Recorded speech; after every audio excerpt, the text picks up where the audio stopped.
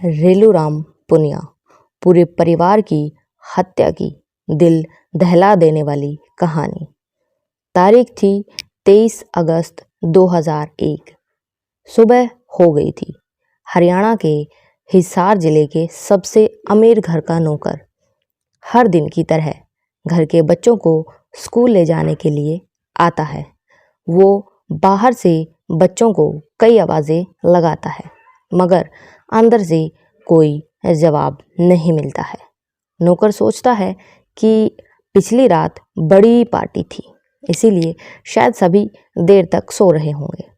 इसीलिए वो लोगों को जगाने के लिए घर के अंदर चला जाता है, मगर घर के अंदर दाखिल होते ही जो नज़ारा उसके सामने होता है, उसे देखकर उसकी आंखें फटी की फटी रह जाती हैं।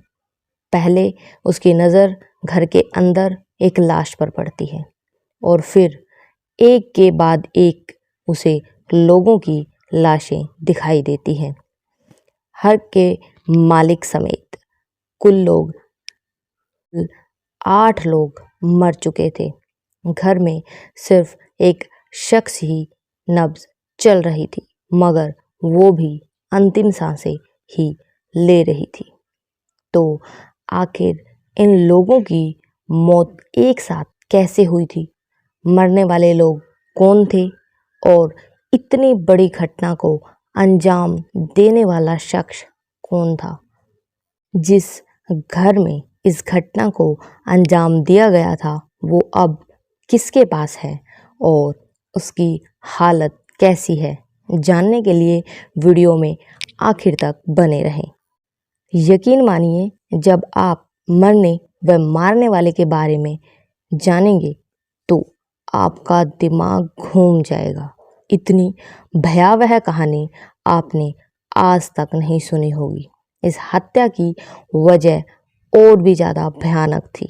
तो चलिए जानते हैं सब कुछ सिलसिलेवार तरीके से वीडियो में। ये कहानी है रेलूराम पुनिया नाम के शख्स के परिवार की। रेलूराम पुनिया का जन्म हरियाणा के हिसार जिले के प्रभुवाला गांव में एक बेहद ही गरीब परिवार में हुआ था। ये जब कुछ बड़े हुए तो इन्होंने ट्रक क्लीनर के तौर पर काम करना शुरू किया। कुछ समय तक ट्रक क्लीनर के तौर पर काम करने के बाद इन्होंने कुछ दूसरे धंधों में अपना हाथ आजमाया और यहीं से ऐसी कामयाबी मिली कि कभी इलाके के सबसे गरीब लोगों में गिने जाने वाले रेलूराम पुनिया पूरे ज़िले में सबसे अमीर लोगों में गिने जाने लगे। दरअसल इन्होंने अलकतरे का बिजनेस शुरू किया और देखते ही देखते तरक्की करते चले गए। अलकतरे के बाद इन्होंने ऑयल के बिजनेस में भी अपना हाथ आजमाया और बेतहाशा पैसा कमाया। इनके पास इतना ज़्यादा पैसा हो गया था कि पहले इन्होंने लगभग 100 एकड़ की ज़मीन खरीदी और उसमें एक आलीशान घर बनवाया, या यूँ कहें कि एक आलीशान महल बनवाया। ये उस ज़माने का पहला घर था जिसमें सेकंड फ्लोर तक सीधा गाड़ी ऊपर जा सकती थी। लोग इस घर को दूर दूर से बस देखने के लिए आते थे। उनके पास पैसे तो बहुत थे, लेकिन राजनीति पावर इतनी ज़्यादा नहीं थी। इसीलिए उन्होंने राजनीति में उतरने का फैसला किया। कथित तौर पर 1996 में हुए हरियाणा विधानसभा चुनाव में लोकदल ने रेलूराम पुनिया को भरोसा दिलाया कि आने वाले इलेक्शन में उन्हें पार्टी से टिकट दिया जाएगा। बदले में रेलूराम पुनिया ने पार्टी पर काफ़ी पैसा खर्च किया, मगर जब चुनाव की तारीखों का ऐलान हो गया तो लोकदल अपने वादों से मुकर गई और रेलूराम पुनिया की बजाय किसी और को टिकट दे दिया गया। टिकट कटने के बाद इन्होंने किसी दूसरी पार्टी में जाने की बजाय बतौर इंडिपेंडेंट कैंडिडेट चुनाव लड़ने का फैसला किया और बरवाड़ा असेंबली कॉन्स्टिट्यूशन कॉन्स्टिट्यूएंसी से मैदान में उतर गए और काफ़ी बड़े अंतर से चुनाव जीतते हुए विधायक बन गए। विधायक बनने के बाद नए मुख्यमंत्री बने बंसीलाल को अपना समर्थन दिया और इसके बाद इनके पास हद से ज़्यादा संपत्ति हो गई थी। इनकी बिजनेस लाइफ एकदम मस्त चल रही थी, लेकिन इनकी पर्सनल लाइफ में थोड़े से उतार चढ़ाव आते जा रहे थे। दरअसल रेलूराम पुनिया ने 2 शादियां की थी। इनकी पहली बीवी से इन्हें एक बेटा था तथा दूसरी बीवी से 2 बेटियां थी। बेटे का नाम सुनील व 2 बेटियों का नाम सोनिया व प्रियंका था। रेलूराम पुनिया ने अपने बच्चों को हर तरह की फैसिलिटीज़ दी थी। तो इसी तरह उनकी बड़ी बेटी सोनिया गेम खेलना चाहती थी, जिसकी उसे पूरी आज़ादी थी। उसे हर तरह से ये सब चीज़ें प्रोवाइड हो रही थी, जैसे बेस्ट कोच और बाकी सभी फैसिलिटीज़। इसी दौरान सोनिया की भेंट होती है संजीव कुमार नाम के एक लड़के से। संजीव कुमार उस टाइम के बेस्ट जूडो प्लेयर्स में गिने जाते थे। ट्रेनिंग के दौरान ही संजीव कुमार और सोनिया की रोज़ रोज़ मुलाकात होने लगती है और धीरे धीरे ये रोज़ रोज़ की मुलाकात प्यार में बदल जाती है। लेकिन रेलूराम पुनिया को जब ये बात पता चलती है तो वो बेहद नाराज़ हो जाते हैं और इस रिश्ते का विरोध भी करते हैं, लेकिन बाद में थक हार के मान जाते हैं। फिर सोनिया और संजीव की शादी भी हो जाती है, लेकिन संजीव गरीब मिडिल क्लास फैमिली से बिलोंग करता था। अब ये साथ में रहने लगते हैं। सोनिया के अलावा रेलूराम पुनिया के बड़े बेटे सुनील की शादी भी हो जाती है, जिसके 3 बच्चे भी होते हैं, एक बेटा और 2 बेटियां। अब तक सब ठीक था, लेकिन अब रेलूराम पुनिया की दूसरी बेटी प्रियंका का बर्थडे आता है। 24 अगस्त 2001 को प्रियंका का बर्थडे आता है, लेकिन 24 अगस्त 2001 को प्रियंका 16वां बर्थडे मनाने वाली थी, लेकिन सोनिया जन्मदिन से एक दिन पहले ही 23 अगस्त 2001 को मनाने के लिए बोलती है। सोनिया, जो कि रेलूराम पुनिया की पहली बेटी है। अब प्रियंका, जो कि हॉस्टल में रहती थी, उसे भी सोनिया ने घर बुला लिया और फिर उसी रात बर्थडे मनाया। केक काटा जाता है और फिर धूमधाम से बर्थडे मनाया जाता है। अब सोनिया सबको अपने हाथों से बनाई हुई खीर परोसती है। सब खीर खाते हैं और सब सोने अपने अपने कमरों में चले जाते हैं। सब सो जाते हैं और धीरे धीरे सब बेहोश होने लगते हैं। लेकिन अब सोनिया सबको चेक करने लगती है कि सब बेहोश हैं या नहीं। अब प्लान के मुताबिक सबसे पहले सोनिया के सौतेले भाई यानी कि सुनील को मारने चलते हैं, लेकिन फिर सोनिया सोचती है अगर इसको मारा और ये उठा तो सबको बचा लेगा। तभी सोनिया गैरेज में जाकर एक रोड उठा के लाती है और संजीव के हाथ में दे देती है और अपने ही पिता रेलूराम पुनिया के कमरे की ओर बढ़ते हैं।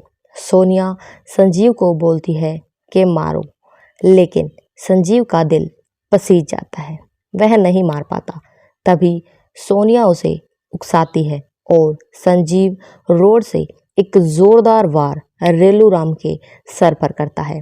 वार के बाद रेलूराम ठंडे पड़ जाते हैं और फिर सोनिया हर तरीके से चेक करती है कि रेलूराम पुनिया, जो कि सोनिया के ही पिता हैं, जीवित हैं या मर गए। अब ये दोनों अगला वार सोनिया की खुद की माँ को बनाते हैं और रोड से फार करते हैं। संजीव गलती से ये वार प्रियंका के हाथ पर कर देता है। तभी प्रियंका उठती है, लेकिन प्रियंका पूरी उठ पाती उससे पहले ही संजीव उसे ज़ोर ज़ोर से रोड़ मारता है और उसे भी मौत के घाट उतार देता है। लेकिन तब तक सोनिया अपनी ही जननी के मुंह पर तकिया रखती है और कुछ टाइम बाद सोनिया की मां की भी हत्या कर दी जाती है।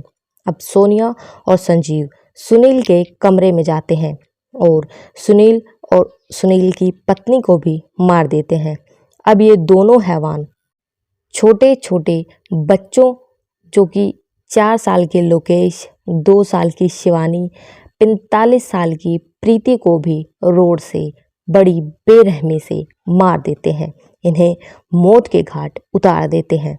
इसके बाद सोनिया संजीव को बोलती है कि तुम एक ज़ोरदार वार मेरे सिर पर भी करो, लेकिन संजीव मना करता है। लेकिन सोनिया बोलती है अगर तुमने ऐसा नहीं किया तो हम दोनों फंस जाएंगे। तभी संजीव सोनिया के सिर पर वार करता है और वहाँ से भाग जाता है।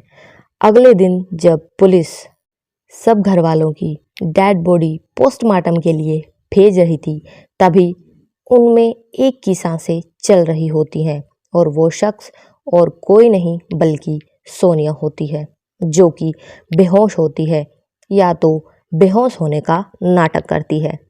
सोनिया को होश में लाया जाता है और उससे पूछताछ होती है कि रात को क्या क्या हुआ। वो बताती है मुझे किसी ने ज़ोर से पीछे से मारा, तो मुझे नहीं पता ये सब किसने किया। और पुलिस अब आगे सोनिया से पूछताछ बंद कर देती है। लेकिन अब पुलिस सबूत ढूंढने में लग जाती है। तभी पुलिस को तलाश करते करते एक डायरी मिलती है। ये डायरी सोनिया की होती है, जिसमें सब लिखा होता है। तभी पुलिस सोनिया से सख्ती से पूछताछ करने लगती है और सोनिया ने सब कुछ बयान में बता दिया। तभी पुलिस ने संजीव को भी धर दबोचा। फिर इन दोनों को फांसी की सज़ा सुनाई गई, लेकिन सोनिया ने हरियाणा पंजाब हाई कोर्ट में याचिका दायर की, तो इनकी सज़ा उम्र कैद कर दी गई। लेकिन अब भी सोनिया कहाँ ठहरने वाली थी। अब सुप्रीम कोर्ट फिर से फांसी की सज़ा सुनाई जाती है। फिर ये दोनों भारत के गवर्नर को दया याचिका लगाई जाती है। अब ये दया याचिका भी खारिज कर दी जाती है। अब इनको फांसी आजकल टलते टलते काफ़ी वक्त बीत चला गया। अब इस केस में एक डेमोक्रेटिक राइट्स यूनियन नाम की एक संस्था आती है और 15 लोगों की फांसी ये कहकर रोक दी जाती है कि अब तक जिन्हें फांसी नहीं दी गई वो पल पल हर रोज़ मरते हैं, उन्हें मानसिक प्रताड़ना मिल चुकी है। फांसी के डर से अब इन 15 लोगों में बहुत ज़्यादा तकलीफ़ सहन हो चुकी है। अब इन 15 लोगों में सोनिया और उसका पति संजीव भी बच जाता है और उम्र कैद मिल जाती है। लेकिन अब सोनिया ने जेल में खुद को मारने की कोशिश की, लेकिन कुछ कैदियों ने उन्हें बचा लिया। लेकिन संजीव जेल से किसी तरह भाग गया, लेकिन वो भी दोबारा पकड़ा गया। अब रेलू राम पुनिया के घर में उन्हीं के छोटे भाई का परिवार रहता है, लेकिन ऊपर फ्लोर पर, क्योंकि नीचे के फ्लोर पर ही सारे कत्ल हुए थे, इसीलिए वहाँ कोई नहीं रहता और ग्राउंड फ्लोर आज भी बंद है। हमेशा से शहर की शान ये घर अब भूतिया घर के नाम से भी जाना जाता है। धन्यवाद।